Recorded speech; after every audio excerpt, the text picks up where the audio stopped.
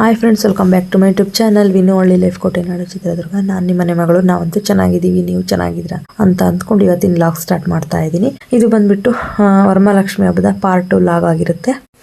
ದಯವಿಟ್ಟು ಯಾರೆಲ್ಲ ವಿಡಿಯೋ ನೋಡ್ತಾ ಇದ್ದೀರಾ ಸಬ್ಸ್ಕ್ರೈಬ್ ಆಗಿಬಿಟ್ಟು ವಿಡಿಯೋ ನೋಡಿ. ಈ ವಿಡಿಯೋ ಇಷ್ಟ ಆದರೆ ಒಂದು ಲೈಕ್ ಮಾಡಿ. ನಿಮ್ಮ ಒಂದು ಸಪೋರ್ಟು ಹಾಗೆ ಒಂದು ಸಬ್ಸ್ಕ್ರೈಬ್ ಒಂದು ಲೈಕ್ ನನಗೆ ತುಂಬ ಇಂಪಾರ್ಟೆಂಟ್ ಆಗಿರುತ್ತೆ, ಹಾಗೂ ಇನ್ನೂ ಮೋಟಿವೇಟ್ ಆಗಿರೋ ಥರ ಆಗುತ್ತೆ. ಮುಂದೆ ಒಳ್ಳೆ ಲಾಗ್ ಮಾಡೋಕ್ಕೂ ಇನ್ಸ್ಪಿರೇಷನ್ ಆಗುತ್ತೆ. ಇನ್ನು ಇವಾಗ ಬಂದು ಸಂಜೆ ಟೈಮು ನೋಡ್ತಾ ಇರ್ಬೋದು, ಸಜ್ಜಿಗೆ ಮಾಡ್ಕೊಂಡಿದ್ದೀನಿ. ಇನ್ನು ಸಂಜೆ ನೈವೇದ್ಯಕ್ಕೆ ಮತ್ತು ನಿಂಬೆಹಣ್ಣಿನ ಚಿತ್ರಾನ್ನ ಮಾಡಿ ಮೇಲ್ಗಡೆ ಪ್ಲೇಟಲ್ಲಿ ಇಟ್ಟಿದ್ದೀನಿ. ಇನ್ನು ಇಲ್ಲಿ ಅಮ್ಮನವ್ರಿಗೆ ಇವಾಗ ಏನು ಅಷ್ಟೋತ್ತರ ಎಲ್ಲ ಪಠಿಸ್ತೀವಲ್ಲ ನೋಡ್ತಾ ಇರ್ಬೋದು, ಇದೇ ಸಜ್ಜಿಗೆ ಅಮ್ಮನವ್ರಿಗೆ ಇಷ್ಟವಾದಂಥ ತಿಂಡಿ. ಇನ್ನು ಬೆಳಗ್ಗೆ ಹೇಳಿದ್ನಲ್ಲ ಬಾಗಿನ ಎಲ್ಲ ಸಂಜೆ ಕೊಡ್ತೀನಿ ಅಂತ, ಇವಾಗ ಮರದಲ್ಲೇ ಇಟ್ಟಿದ್ದೀನಿ. ನೋಡ್ತಾ ಇರ್ಬೋದು ಏನೇನಪ್ಪ ಅಂದರೆ ಒಂದು ಕೊಬ್ಬರಿ ಬಟ್ಲು, ಒಂದು ಉತ್ತುತ್ತಿ, ಸ್ವಲ್ಪ ಅಕ್ಕಿ ಮತ್ತು ಒಂದು ಬ್ಲೌಸ್ ಪೀಸು, ಇಷ್ಟನ್ನು ಕೂಡ ಇಟ್ಟಿದ್ದೀನಿ. ಇನ್ನು ಬಳೆನ ಪಕ್ಕದಲ್ಲೇ ಇಟ್ಟಿದ್ದೀನಿ, ಅಮ್ಮನವ್ರ ಪಕ್ಕದಲ್ಲಿ. ನೋಡ್ತಾ ಇರ್ಬೋದು ಮೆರೂನ್ ಕಲರ್ ಬಳೆ, ಅದೇ ಬೆಳಗ್ಗೆ ಏನು ಇಟ್ಟಿದ್ದೆ, ರೆಡ್ ಕಲರ್ ಬಳೆ, ಬೆಳಗ್ಗೆ ಏನು ಇಟ್ಟಿದ್ನಲ್ಲ ಒಂದು ಬಂಡಲ್ ಥರ, ಆ ಥರ ಬಳೆನ ಇಟ್ಟಿದ್ದೀನಿ. ಇನ್ನು ನೋಡ್ತಾ ಇರ್ಬೋದು ಚಿತ್ರಾನ್ನ ಕೂಡ ಇಟ್ಟಿದ್ದೀನಿ. ಇನ್ನು ಇವೆಲ್ಲನೂ ಬೆಳಗ್ಗೆ ಇಟ್ಟಿರೋವಂಥದ್ದೇ, ತುಂಬ ಸಿಂಪಲ್ಲಾಗಿ ಇವಾಗಿನ ಪೂಜೆ ನಡೀತಾ ಇದೆ. ಇನ್ನು ಅಮ್ಮನವ್ರಿಗೆ ಫಸ್ಟು ಕುಂಕುಮಾರ್ಚನೆ ಮಾಡ್ತಾಯಿದ್ದೀನಿ. ಇವಾಗೇನು ಕುಂಕುಮಾರ್ಚನೆ ಮಾಡಿರ್ತೀನಿ ಇದೇ ಕುಂಕುಮನ ನಾನು ಇಡೀ ವರ್ಷವೂ ಬಳಸ್ಕೊಳ್ಳೋ ಅಂಥದ್ದು. ನೋಡ್ತಾ ಇರ್ಬೋದು ಕಾಣಿಸ್ತಾ ಇದೆ ಅಂತ ಅಂದ್ಕೊಂಡಿದ್ದೀನಿ. ಅಮ್ಮನವ್ರಿಗೆ ಅಷ್ಟೋತ್ತರ ಪಠಿಸ್ತಾ ಕುಂಕುಮಾರ್ಚನೆ ಮಾಡ್ಕೊತಾ ಇದ್ದೀನಿ ಇವಾಗ.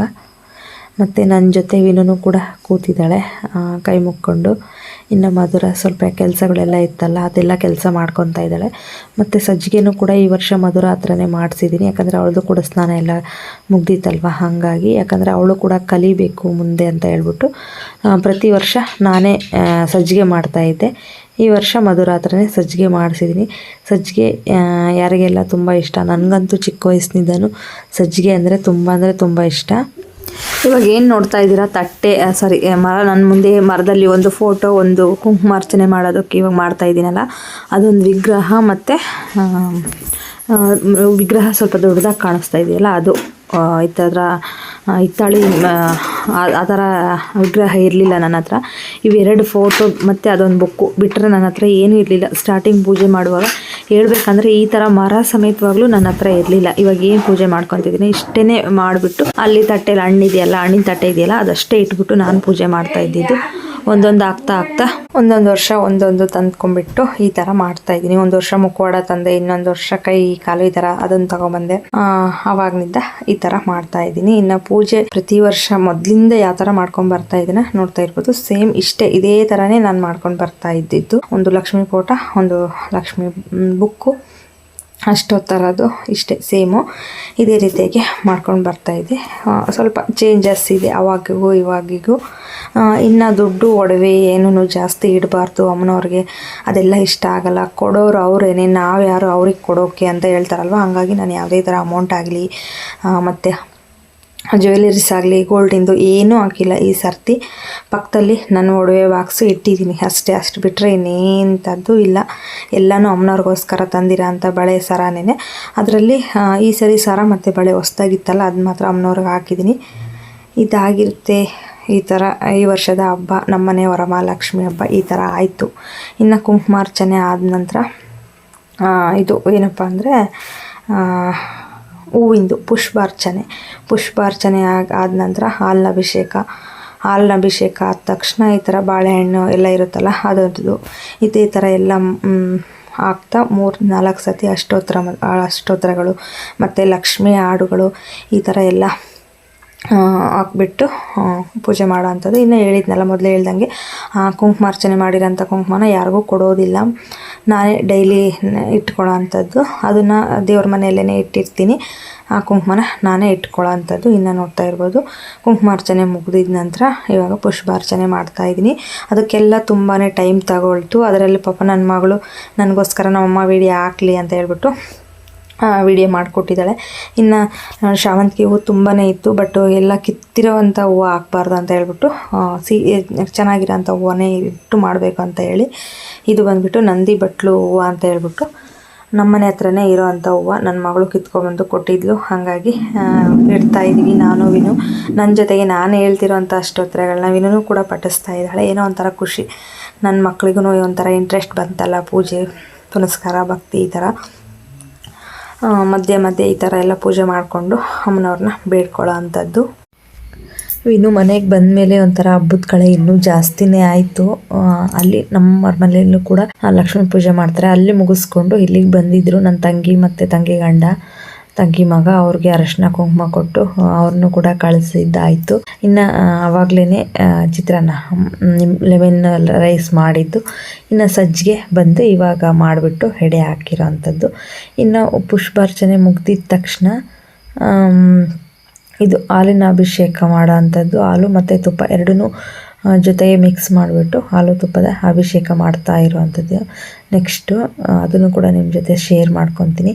ಇನ್ನು ನಮ್ಮ ವಿನುಗೆ ಸ್ವಲ್ಪ ತೊದಲ್ತಾನೆ ಹೇಳ್ತಾ ಇದ್ದಾಳೆ.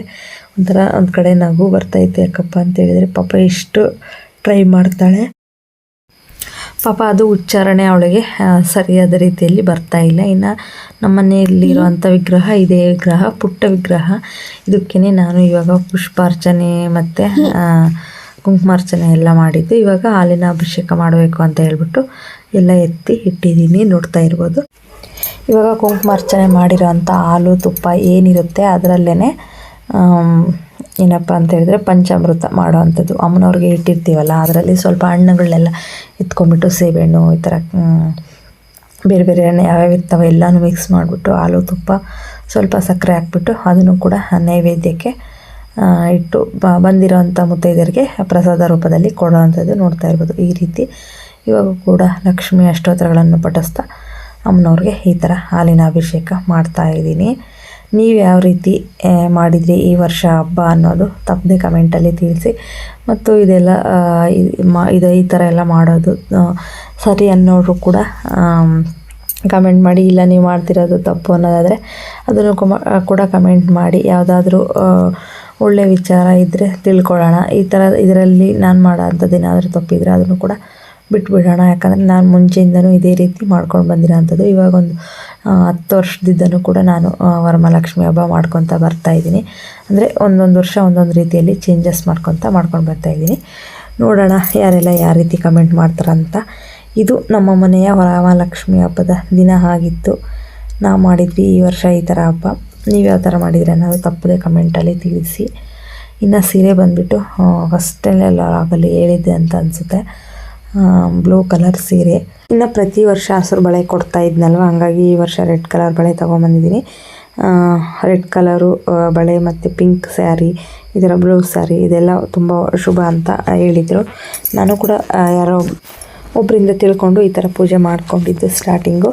ನಿಮಗೂ ಕೂಡ ಅಷ್ಟೇ, ಯಾರಿಗಾದ್ರೂ ಏನಾದರೂ ಡೌಟ್ಸ್ ಇದ್ದರೆ ಕೇಳ್ಬೋದು. ನನಗೆ ಗೊತ್ತಿರೋಂಥದ್ದು ನಾನು ನಿಮಗೆ ತಿಳಿಸ್ಕೊಡ್ತೀನಿ ಅಂತ ಹೇಳ್ತಾ ಈ ರೀತಿ ಹಬ್ಬ ಮಾಡಿದ್ವಿ ನಾವು.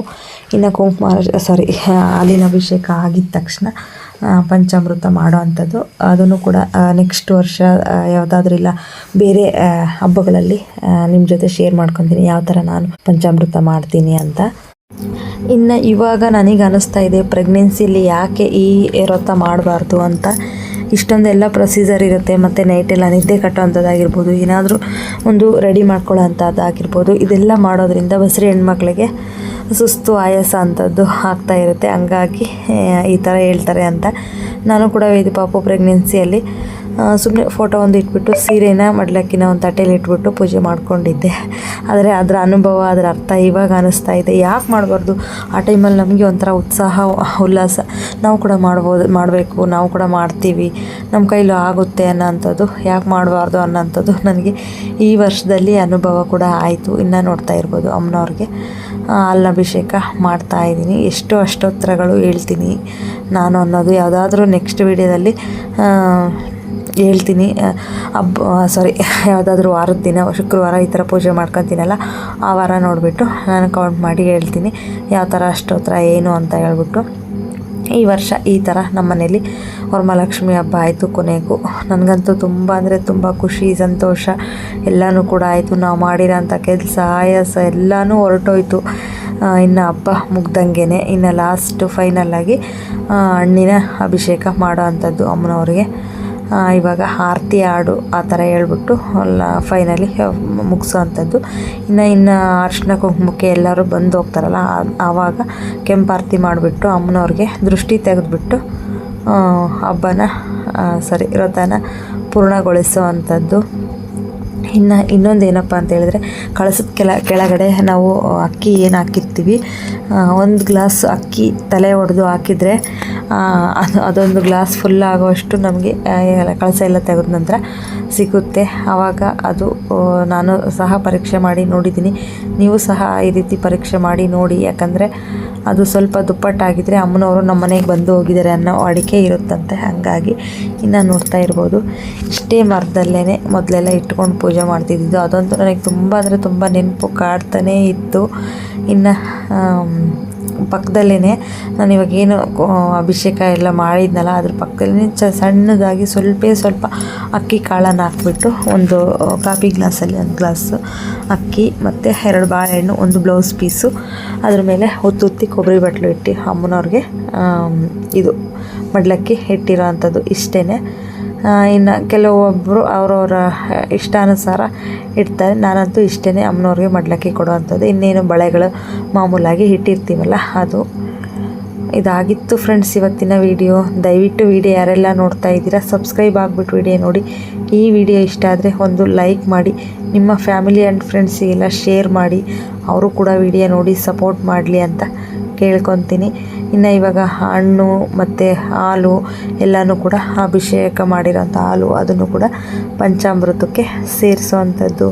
ನೀವು ಯಾವ ರೀತಿ ನಿಮ್ಮ ಮನೆಯಲ್ಲಿ ಹಬ್ಬ ಮಾಡಿದ್ರಿ ಅನ್ನೋದು ತಪ್ಪದೆ ಕಮೆಂಟಲ್ಲಿ ತಿಳಿಸಿ. ನಾವಂತೂ ಈ ರೀತಿ ನಮ್ಮ ಮನೆಯಲ್ಲಿ ಹಬ್ಬ ಮಾಡಿದ್ದೇವೆ. ಇನ್ನು ಕೆಲವೊಬ್ಬರು ಊಟಕ್ಕೆಲ್ಲ ರೆಡಿ ಮಾಡಿ ಇಟ್ಟಿರ್ತಾರೆ. ಇನ್ನು ನಾವು ಮನೆಯಲ್ಲಿ ಸಿಂಪಲ್ಲಾಗಿ ಮಾಮೂಲಿ ಮುದ್ದೆ ಬೆಳಗ್ಗೆ. ಇನ್ನು ಇವಾಗ ಬಂದುಬಿಟ್ಟು ಇನ್ನೇನು ಚಿತ್ರಾನ್ನ, ಬೇರೆ ಬೇರೆ ಸ್ವೀಟ್ ಐಟಮ್ ಎಲ್ಲ ಇದೆಯಲ್ಲ, ಅದನ್ನೇ ಊಟ ಮಾಡಿ ಮಲ್ಗೋವಂಥದ್ದು. Thank you for watching. Thank you to all. Bye.